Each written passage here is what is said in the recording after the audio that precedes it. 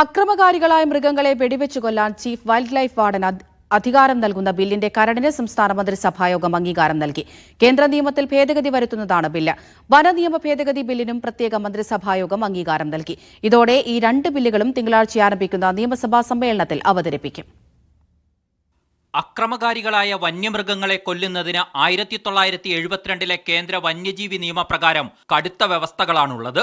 6 അംഗ സമിതി രൂപീകരിക്കുകയും ക്യാമറ സ്ഥാപിച്ചു നിരീക്ഷിക്കുകയും വേണം. പിന്നീട് കെണിവെച്ചു പിടികൂടണമെന്നാണ് വ്യവസ്ഥ. ഇതിനും കഴിയാതെ വന്നാൽ മാത്രമാണ് വെടിവെച്ചു പിടികൂടാൻ കഴിയുക. ഇന്ന് ചേർന്ന മന്ത്രിസഭായോഗം ഈ കർശന വ്യവസ്ഥയ്ക്ക് ഇളവ് നൽകുന്ന നിയമ ഭേദഗതിക്കാണ് അംഗീകാരം നൽകിയത്.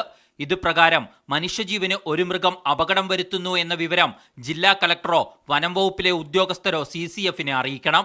ഇതോടെ മൃഗത്തെ വെടിവെച്ചു കൊല്ലാനുള്ള ഉത്തരവ് ചീഫ് വൈൽഡ് ലൈഫ് വാർഡന് ഇറക്കാനാവും. കേന്ദ്ര നിയമത്തിൽ മാറ്റം വരുത്താൻ സംസ്ഥാനങ്ങൾക്ക് അധികാരമില്ല.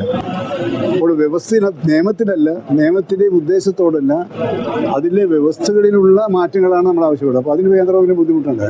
നിയമസഭ ബില്ലിന് അംഗീകാരം നൽകിയാലും കേന്ദ്ര നിയമത്തിൽ ഭേദഗതി വരുത്തുന്നതിനാൽ രാഷ്ട്രപതിയുടെ അനുമതി വേണ്ടിവരും. മലയോര മേഖലയെ സംബന്ധിച്ചിടത്തോളം സർക്കാർ നീക്കം സുപ്രധാനമാണ്. തെരഞ്ഞെടുപ്പ് കൂടി മുന്നിൽ കണ്ടാണ് നിയമ ഭേദഗതിയുമായി സർക്കാർ എത്തിയത്.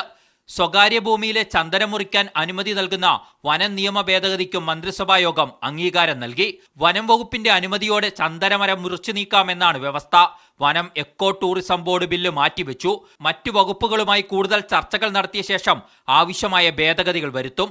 അതിനുശേഷമായിരിക്കും എക്കോ ടൂറിസം ബോർഡ് ബിൽ മന്ത്രിസഭാ യോഗത്തിനു മുന്നിൽ ഇനി എത്തുക. മീഡിയ 1 തിരുവനന്തപുരം.